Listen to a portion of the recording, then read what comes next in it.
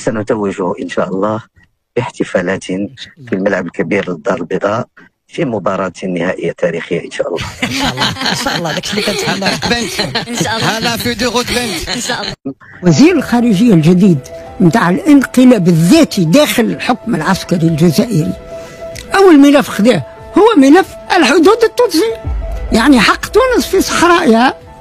النظام العسكري اقلب النظام المدني في الجزائر وخذا الحكم وحكم معناها في الشعب الجزائري، وفك منه حقوقه وثروته، وفك من تونس حقها في صحراء تونس.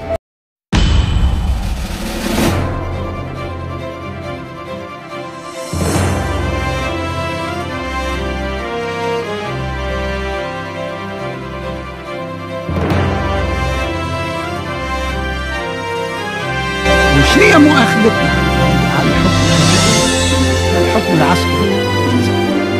أن تونس عندها حق في الصحراء،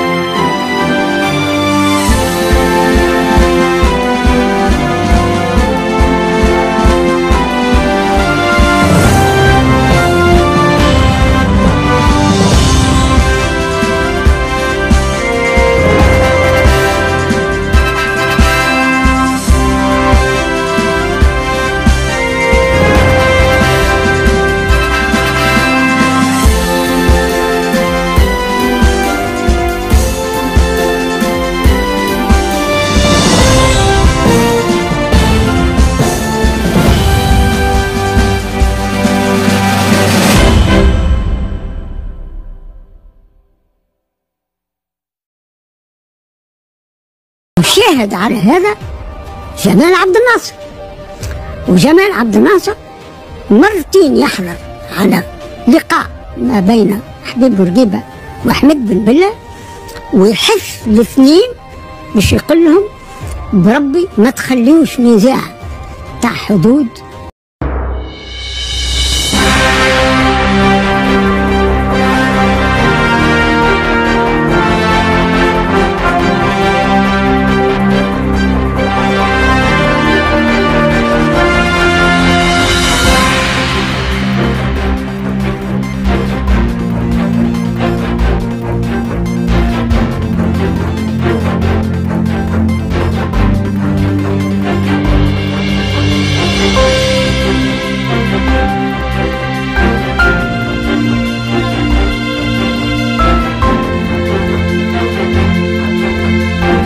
تونس في الصحراء تنازل فيه لحبيب بورقيبة، واعتقادي أنه التنازل الوحيد اللي قبله في حياته، وأنا مانيش راضي على هذا.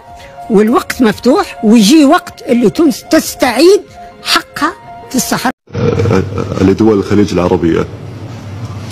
السيد الرئيس، نود في هذا البيان التطرق إلى إحدى المسائل المطروحة للنظر أمام اللجنة، وهي قضية الصحراء المغربية، حيث نرغب بالتأكيد على موقف دولة قطر من هذه المسألة.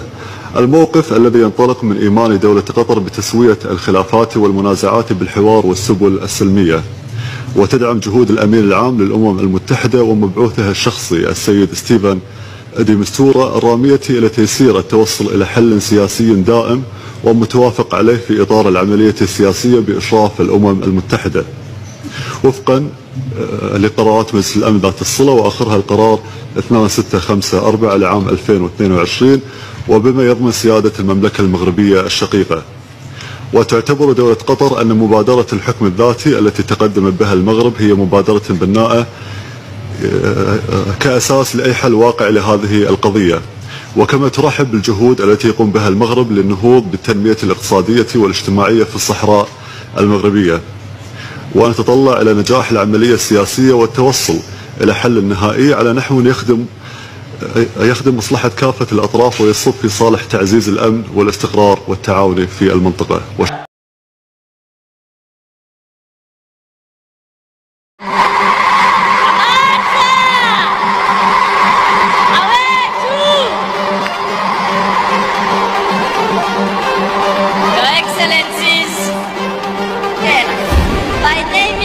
Beautiful stadium after him, and we say that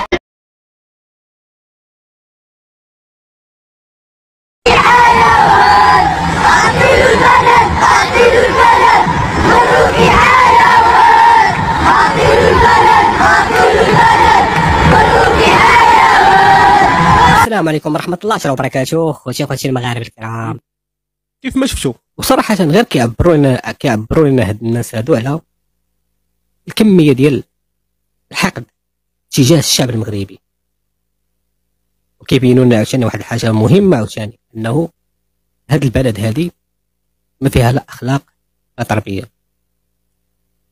بحال هاد الناس هادوك كانوا سويين مع ريوسهم، هذا واحد الحدث رياضي هو جاي باش يحتفل باش يشجع، ولكن علاش كتجبد واحد الشعب واحد آخر الاحتفال ديالك؟ هذا كيعبر غير على واحد مركب نقص اللي كيعيد أزمة أخلاق. أول حاجة في هذا البلد هذه أزمة أخلاق.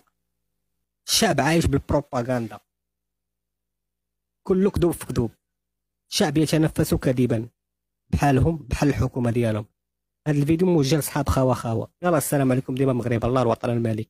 الجزائر خلينا نقولوها بكل صراحه معناتها لا انا مع الشق المغربي ولا انا مع الشق الجزائري، احنا نحكيو الموجود. الجزائر انسحبت والا بمنطق الاشياء هربت من المنافسه مع المغرب بحف ماء الوجه. هربت كان هروب. محمد ما كانش انسحاب، لانه يعرفوا انه اذا كان باش يواصل نتاعهم معناتها الترشح نتاعهم باش يحطوا الملف نتاعهم على الطاوله باش ينهزموا هزيمه مجله على مستوى التنظيم وعلى مستوى التصويت.